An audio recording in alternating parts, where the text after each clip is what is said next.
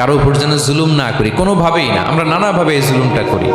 আমরা প্রায় দাদার সম্পত্তি থেকে ফুফুদেরকে বঞ্চিত করি, বাবার সম্পদ থেকে বোনদেরকে বঞ্চিত করি। হ্যাঁ, নিজের ভাই আরেক ভাইকে, আপন ভাই ভাইকে বঞ্চিত করে, জুলুম করে। এরকম দৃশ্যপট আমাদের সমাজে আছে না নাই বলেন তো?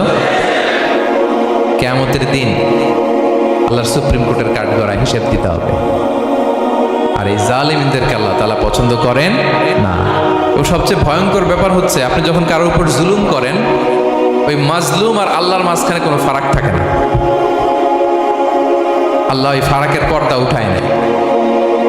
বিষ্ণু বলেন, ইত্তাকি দাওয়াতাল মাজলুম, তোমরা মজলুমের বদদোয়াকে ভয় করো, খবরদার।